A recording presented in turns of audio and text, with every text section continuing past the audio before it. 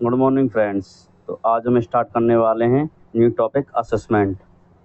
एक बार मैं आपको बता दूं कि ये class KVS PRT special educator के लिए है, जो कि KVS का इंटरव्यू है उसकी प्रिपरेशन के लिए। हमने लगभग सभी टॉपिक कंप्लीट क्लियर कर लिए हैं और पढ़ा भी चुके हैं। यदि आपने नहीं देखी है तो वीडियो को देख लें आप चैनल पे जाके। तो आज का टॉपिक है हमारा असेसमेंट। इसके बाद हम स्टार्ट करने वाले हैं DSSB PRT के स्पेशल एजुकेटर की प्रिपरेशन, जो कि बैच रहेगा कंप्लीट। तो चलो आते हैं हम वीडियो पर। असेसमेंट क्या है, यानी कि हम असेसमेंट किसे कहते हैं ये जानते हैं। असेसमेंट का अर्थ है बच्चे की वर्तमान क्षमता को जानना ही असेसमेंट है। कोई बच्चा स्पेशल बच्चा है, उसकी वर्तमान क्षमता किस प्रकार की है, वह क्लास में बैठ पा रहा है आराम से, वह टीचर के निर्देशों का पालन कर रहा है या लिख पा रहा है, या टीचर कुछ कहता है कि बेटा बोलो हमारे साथ, तो बोल पा रहा है या नहीं। इस प्रकार की क्षमता को जानना ही, उसके बारे में ऑब्जर्वेशन करना असेसमेंट है। ये जानना, ऑब्जर्व भी किया जाता है इसमें। उदाहरण के लिए जैसे बच्चा देख रहा है, इसमें किताब पढ़ पा रहा है ये बच्चा लिख पा रहा है। वैसे टीचर ने कहा है इसमें कि बैठ जाओ, तो बच्चा सोच कर बैठ रहा है। यदि बैठ नहीं पा रहा है, समझ नहीं पा रहा है, तो इसके ये असेसमेंट में आ जाएगा कि हाँ बच्चा ये निर्देश का पालन नहीं कर पा रहा है, उसको कुछ समस्या है। जैसे उसका सामाजिक व्यवहार कैसा है, मित्रों के साथ वह बातचीत कर पा रहा है, नहीं कर पा रहा है मित्रों से, या सिर्फ अकेला बैठा रहता है क्लास में और ना किसी के साथ खेलता है ना बोलता है। इस प्रकार के भी बच्चे आपने देखे होंगे अपनी लाइफ में कभी कभी, कि कुछ बच्चे ऐसे होते हैं कि पूरी क्लास खेलने गई है या खेल रही है, एक बच्चा है जो बैठा है अकेले और टीचर के आदेश देने पर भी वह बाहर नहीं जाता है, ना ही खेलता है, ना ही कुछ करना चाहता है। इस प्रकार के बच्चों की ये जिद नहीं है, ये बच्चे में प्रॉब्लम होती है, यानी ये डिसेबल्ड बच्चे होते हैं। उनकी डिसेबिलिटीज़ को जान के हम इस चीज़ को दूर कर सकते हैं। यानी कि इस प्रकार की बातें हैं, जो भी पढ़ना, लिखना, खेलना, टीचर के निर्देशों का पालन करना, सामाजिक व्यवहार करना, ये सभी क्रियाएं बच्चा कर पा रहा है या नहीं कर पा रहा है, इन चीज़ों को जानना ही असेसमेंट का हिस्सा है, या असेसमेंट भी कह सकते हैं। जैसा कि इसमें उनको दिखाया गया है, बच्चे से पूछा जा रहा है, एक टीचर पूछ रही है तुम्हारा नाम क्या है, तुमने कौन सा खेल पसंद है, और तुम किस कक्षा में पढ़ते हो। इस प्रकार के क्वेश्चन पूछ रहे हैं और बच्चे ने सामान्य बातचीत करे और जवाब दे। बच्चे की भाषा नॉर्मल है और इस प्रकार के क्वेश्चन पूछने से बच्चे में जो भी आत्मविश्वास होता है और उसके भाषा का संचार होता है, कौशल होता है बातचीत करने का, सामाजिक जुड़ाव होता है, जो भी सब चीज़ के बारे में पता चल जाएगा हमको कि हाँ बच्चे में किस प्रकार की कमी है, उसका भाषा का संचार किस प्रकार का है, उसका आत्मविश्वास कैसा है। हमें एक नॉर्मल से क्वेश्चन लगते हैं हमें ये, तुम्हारा नाम क्या है, तुम्हें कौन सा खेल पसंद है, तुम किस कक्षा में पढ़ते हो, तुम्हारे टीचर का नाम क्या है। ये इस प्रकार के क्वेश्चन जितने भी हैं, ये सभी एक बच्चे के आत्मविश्वास, संचार कौशल और उसके भाषा और उसमें असेसमेंट के जितने भी पार्ट हैं, उन सभी को जान पाते हैं इन चीज़ों से हम। तो इसके बाद आते हैं असेसमेंट के हमारे 4 मेथड हैं, 4 स्टेप्स हैं, जिनके द्वारा हम असेसमेंट कर पाते हैं बच्चे का। चलो आइए हम इसको कंप्लीट समझते हैं। मैंने जैसा ही बताया कि हम इस टॉपिक को कंप्लीट करने वाले हैं, आप बने रहें हमारे साथ। सबसे पहला है हमारा ऑब्जर्वेशन करना, अवलोकन। यानी कि कोई बच्चा है, बैठा है और टीचर सामने है या खड़ा है, जहाँ भी है, टीचर सिर्फ उसको ऑब्जर्व कर रहा है, देख रहा है कि बच्चा किस प्रकार की एक्टिविटी कर रहा है, टेबल पर किस प्रकार बैठ पा रहा है और बगल के बच्चे से या साथी बच्चे से किसी से कम्युनिकेशन कर पा रहा है या नहीं कर पा रहा है, बातें कर रहा है या नहीं कर रहा है। टीचर ने आदेश दिया था सभी बच्चों को कि तुम इस ब्लैक बोर्ड से या वाइट बोर्ड से इस चीज़ को लिखो अपनी फेयर कॉपी में, तो क्या वह लिख पा रहा है या नहीं। तो इस प्रकार के टीचर को सिर्फ ऑब्जर्व करता है टीचर दूर से, बिना बच्चे को हस्तक्षेप किए, बिना डिस्टर्ब किए। यह देखता है हमें क्या करना है। अगर हमसे पूछा जाए कि अब लोग असेसमेंट की स्टेप्स बताओ, असेसमेंट किस प्रकार करेंगे, तो हम बताएंगे सबसे पहले हम ऑब्जर्वेशन करेंगे बच्चे का, देखेंगे कि बच्चा बैठता है, कैसे बात करता है अपने साथियों से, दूसरों को कैसे जोड़ता है, यानी फ्रेंड बना पा रहा है या नहीं, दूसरों से निर्देशों का पालन कर पा रहा है या नहीं। इन टीचर ने कोई भी निर्देश दिया बच्चों को कि सभी बच्चे खड़े हो जाओ या सभी बच्चे बैठ जाओ, तो क्या वह निर्देशों का पालन कर पा रहा है या नहीं। इस प्रकार के हम ऑब्जर्व करेंगे बच्चे को, अवलोकन करेंगे, यानी कि दूर से जांचेंगे, देखेंगे कि बच्चा किस किस चीज़ का फॉलो कर पा रहा है या नहीं। इस चीज़ से हमें बच्चे के व्यवहार, सीखने की शैली के बारे में महत्वपूर्ण जानकारी मिलती है, और हम उसके आत्मविश्वास के बारे में भी इसी चीज़ से जान पाएंगे, ऑब्जर्वेशन से। क्यों टीचर ने कोई निर्देश दिया, तो अगर उसमें आत्मविश्वास अच्छा है तो वह बच्चा ज़रूर खड़ा होकर उस निर्देश का पालन करेगा। यानी टीचर ने अगर कोई क्वेश्चन भी पूछा कि बताओ बेटा ये क्या लिखा हुआ है, तो वह यदि बच्चे में आत्मविश्वास है, उसमें निडरता है और वह कुछ उत्सुक है सीखने के लिए, जागरूक है, तो वह ज़रूर कुछ ना कुछ कोशिश करेगा बताने की। आपने देखा होगा बच्चे ना आते हुए भी खड़े हो जाते हैं और उल्टा सीधा बताने की कोशिश करते हैं। तो ये बच्चों में आत्मविश्वास होता है कि हाँ, मैं जानता हूँ इस चीज़ को। हालाँकि वो जानते हैं पर बोल नहीं पाते हैं। और कुछ शरारती बच्चे ऐसे भी होते हैं कि ना जानते हुए भी ज़बरदस्ती खड़े हो जाते हैं। रिकॉर्ड और विश्लेषण व्यक्तिगत शिक्षण योजना। रिकॉर्ड और विश्लेषण, यानी बच्चे का जो रिकॉर्ड है उसका विश्लेषण और व्यक्तिगत शिक्षण योजना। प्रेषण और डेटा संग्रह, यानी मजबूतियाँ। हमारे पास बच्चे का रिकॉर्ड रहता है, स्पेशल बच्चे की ये एक फाइल होती है, उस फाइल में सब कुछ होता है, डेटा होता है, बच्चे का संग्रह होता है, यानी मजबूतियाँ। तो मजबूतियाँ यानी जैसे बच्चा बोलना या अभिव्यक्त कर पा रहा है या नहीं, सामाजिक कौशल कैसा है, साथियों के साथ खेल रहा है या नहीं, मौखिक निर्देश समझ रहा है या नहीं, जैसे कि टीचर ने कहा या दूसरे साथी ने कहा आ जाओ चलो बाहर चल रहे हैं, तो क्या वह मौखिक निर्देशों को पालन कर पा रहा है या नहीं, समझ पा रहा है या नहीं है, और कितने टाइम में प्रतिक्रिया दे रहा है। या एक बच्चा होता है जैसे कहा और तुरंत के तुरंत जवाब दे देता है, जैसे कि हम तुम नॉर्मल देते हैं। एक स्पेशल बच्चा जो होता है वो प्रतिक्रिया देने में थोड़ा टाइम लेता है, उसको सोचने में समय लगता है। ऐसा है, हमने कहा बेटा तुम खाना खाओगे, तो वह बच्चा थोड़ा रुकेगा, सोचेगा, तब बताएगा नहीं मैंने खा लिया है या मैं खाऊंगा, अभी मुझे भूख लग रही है। नार हिला के बता देते हैं बहुत बच्चे, तो थोड़ा टाइमिंग लेते हैं ऐसे बच्चे। इससे बच्चे की स्ट्रेंथ है ये बच्चे की, जैसे बोलना, सामाजिक कौशल, मौखिक निर्देश पालन करना। सुधार की आवश्यकता वाले क्षेत्र, यानी कि जिनमें हम सुधार कर सकते हैं, इनमें आवश्यकता होती है सुधार करने की, जैसे पढ़ने में, हम लिखने में और एकाग्रता यानी कॉन्सेंट्रेशन बनाने में, इनमें बच्चे की सुधार करने की आवश्यकता होती है। इन्हीं चीज़ों से बच्चे के और फील्ड जो भी हैं, आत्मविश्वास और बच्चे की कौशल जो भी हैं, स्किल्स हैं, सभी में डेवलपमेंट होता है। जैसे पढ़ना, बुनियादी अक्षरों यानी शब्दों को पहचानने में कठिनाई कर रहा है बच्चा, तो हम इस चीज़ को सुधार सकते हैं, और यदि हम इसको सुधारते हैं तो बच्चे के और भी कौशल हैं उनमें भी विकास होता है। जैसे लिखने में बच्चा लिखना सीखता है तो उसमें आत्मविश्वास आता है। यदि वह स्वतंत्र लिखने में कठिनाई महसूस कर रहा है, बोलने में कठिनाई महसूस कर रहा है, तो हम उसको सुधार सकते हैं, सुधारेंगे।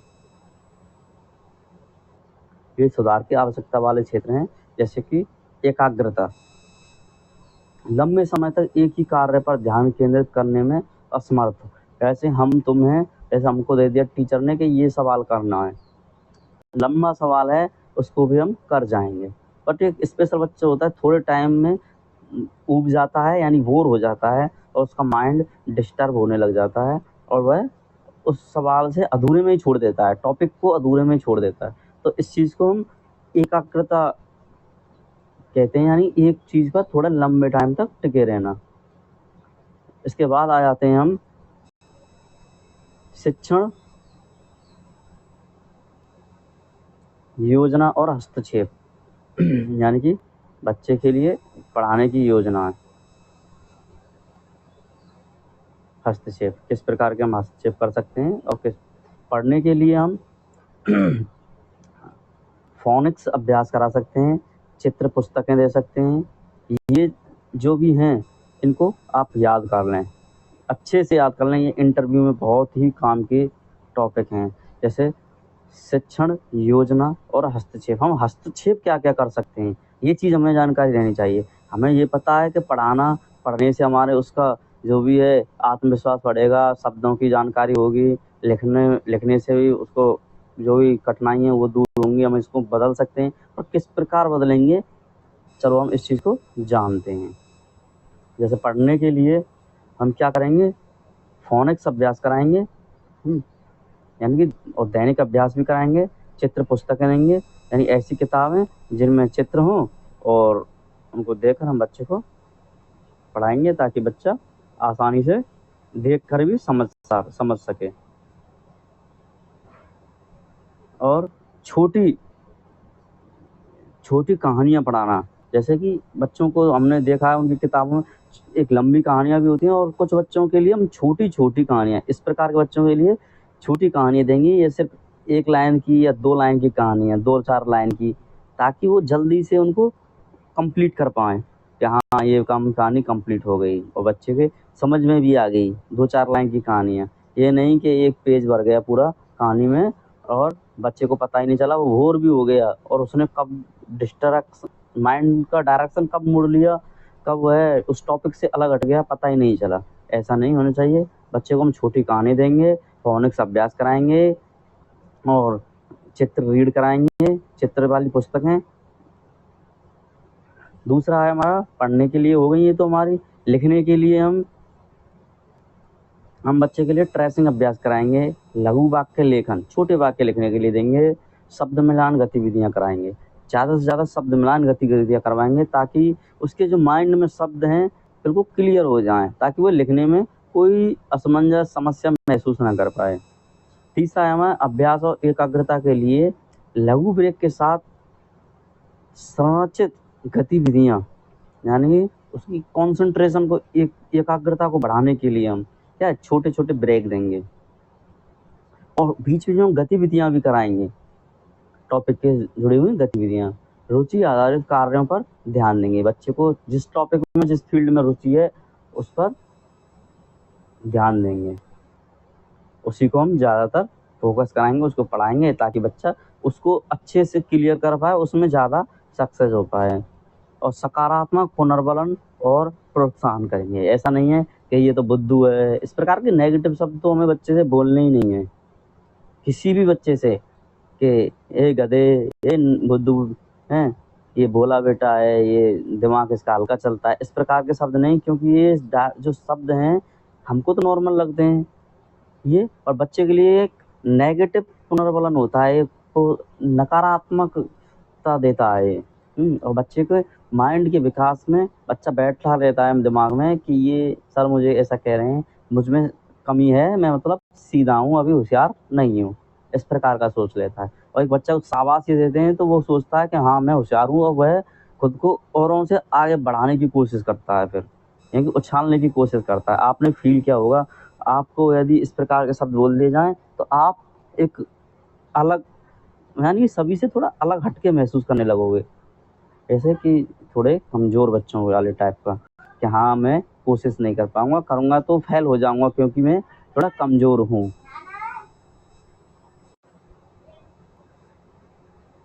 इसके बाद यदि हम बच्चे को पॉजिटिव रेनफोर्समेंट देते हैं, यानी जैसे पॉजिटिव, यानी कि बेटा तुम ये कर सकते हो, गुड बॉय या गुड गर्ल, तुम एक ब्रिलियंट बच्चे हो, इस प्रकार के हम पॉजिटिव रेनफोर्समेंट देते हैं या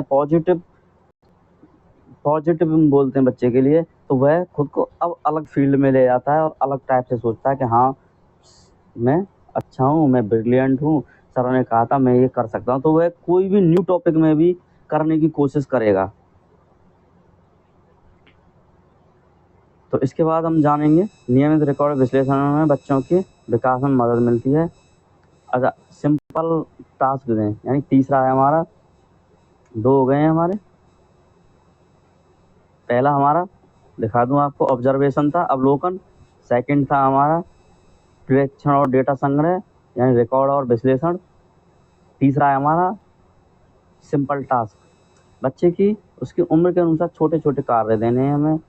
रीडिंग, एक शब्द पढ़ने को कहें, एक वाक्य पढ़ने को कहेंगे। फिर उसके बाद राइटिंग में जैसे अपना नाम लिखना सिखाएंगे, गिनतियाँ सिखाएंगे 1 से 10 तक। जैसे मैथमेटिक में 2 + 3 कितना होता है, 10 में से 2 घटाओ, इस प्रकार के। इससे बच्चे की शैक्षणिक क्षमता का पता चलता है, बच्चे की जो सीखने की क्षमता है उसका पता चल जाता है कि बच्चा सीख पाएगा, ये कितना सीख पा रहा है। यानी कि उसकी एज के हिसाब से, उसकी मानसिक क्षमता के हिसाब से हम उसको छोटे छोटे टास्क देंगे और उनको कंप्लीट करवाएंगे। अब आ जाते हैं रिकॉर्ड और विश्लेषण। मजबूतियाँ, बोलने और अभिव्यक्ति, सामाजिक कौशल, ये हम करा चुके हैं। इसके बाद हमारा आ जाता है कॉन्क्लूजन, यानी कि कॉन्क्लूजन में हम तो दोस्तों हम असेसमेंट करने की सिंपल मेथड हैं, 4 हैं, हमने देखे हैं। पहला ऑब्जर्वेशन था, फिर इंटरेक्शन, फिर simple task, record and analyse. हमने चारों कंप्लीट कर लिए हैं। सबसे पहले हमने किया था, आपको दिखा दूं, ऑब्जर्वेशन। इसके बाद हमारा रिकॉर्ड विश्लेषण आ गया, फिर सिंपल टास्क आ गया, फिर रिकॉर्ड विश्लेषण, ये कॉन्क्लूजन आ गया। इसमें से एक टॉपिक हट गया है, ये इंटरेक्शन वाला, ये मैं आपको ला दूंगा, करा दूंगा आपको। तो हम चारों टॉपिकों को देखते हैं, दिखाऊंगा। ये कराए तो मैंने चारों ही हैं, तो मुझे ध्यान नहीं आ रहा है। तीसरा हो रहा, फर्स्ट ईयर, ये रहा, ये हमारे बातचीत वाला इंटरेक्शन। जैसा कि मैं आपको दोबारा इसमें बता दूं, ये हमारा फर्स्ट लगा लीजिए, इसमें लिखने में मिस्टेक हो गई है। फर्स्ट, बच्चे से उसके सरल सवाल पूछें, जैसे उसका नाम, उम्र, परिवार, स्कूल, यानी कि उसके खेलना पसंद है या नहीं, बात समझ रहा है या नहीं, और कैसे जवाब दे रहा है। ये हो गया हमारा सबसे पहले, लगा लीजिए इसे, बातचीत वाला इंटरेक्शन। पहला तो हमारा ऑब्जर्वेशन वाला है, पर ये चलो दूसरा है हमारा इंटरेक्शन, दूसरा वाला ये रहा, ठीक है। दूसरे के बाद पहला हमारा ये रहा ऑब्जर्वेशन, जो कि हम पढ़ चुके हैं। ऑब्जर्व करना है, बच्चे को देखना है, बैठना, कैसे बात कर रहा है दूसरों से, कैसे जुड़ता है, यानी उसमें हम बच्चे से क्वेश्चन करते हैं। इसमें ऑब्जर्वेशन में ऑब्जर्व करते हैं, दूर से निगरानी रखते हैं। ये हमारा पहला हो गया, वो दूसरा हो गया। इसमें आ जाते हैं हम, सिंपल टास्क वाला होगा हमारा तीसरा, ये बीच में गलत लग गया था हमारा, ये तीसरा सिंपल टास्क। चौथा नंबर का हमारा रिकॉर्ड एवं विश्लेषण व्यक्तिगत, ये 4th नंबर का है हमारा। ये देख पा रहे हैं जैसे कि बच्चे के बारे में बोलना, किस प्रकार से बच्चा देखा है, बच्चे में बच्चे ने क्या किया है, उसे लिख रहे हैं या नहीं लिख रहा है, जो भी किया है। बच्चा किस क्षेत्र में अच्छा है और कहाँ से सहायता की ज़रूरत है, ये जिस भी क्षेत्र में बच्चा अच्छा है उसमें हम उसकी हेल्प करेंगे और बच्चे को आगे बढ़ाएंगे उस क्षेत्र में। और आईईपी फाइल, यानी जो आईईपी बनती है, टीचिंग प्लान बनता है, वो इसी क्षेत्र में रिकॉर्ड और विश्लेषण में ही आता है, एंड 4th नंबर वाले में आ जाता है। तो हमने चारों कंप्लीट कर लिए हैं, ऑब्जर्वेशन, और इंटरेक्शन और सिंपल टास्क और रिकॉर्ड एंड एनालाइज, ये चारों टॉपिक कंप्लीट हो गए हैं। ये हमारे असेसमेंट के 4 पार्ट हैं। इन चारों के द्वारा ही हम बच्चे का असेसमेंट कर पाते हैं। तो वीडियो अच्छी लगी हो तो इसे लाइक करें, शेयर करें और सब्सक्राइब करें। और कंप्लीट हमारी वीडियो हो चुकी हैं KBS इंटरव्यू के लिए, स्पेशल एजुकेटर वाली हैं ये क्लास सभी। और इसके अलावा अगर आप कहो तो मैं करंट अफेयर की भी क्लास ले आऊँगा। बट यहाँ इसके बाद हमारा न्यू बैच स्टार्ट होने वाला है DSSB का, जिसमें हम स्पेशल एजुकेटर DSSB की ही सेकंड पेपर की तैयारी करने वाले हैं सीधे, जो कि फर्स्ट की नहीं, सीधे सेकंड वाली। क्योंकि फर्स्ट की हम कुछ PDF के थ्रू भी कर सकते हैं कंप्लीट।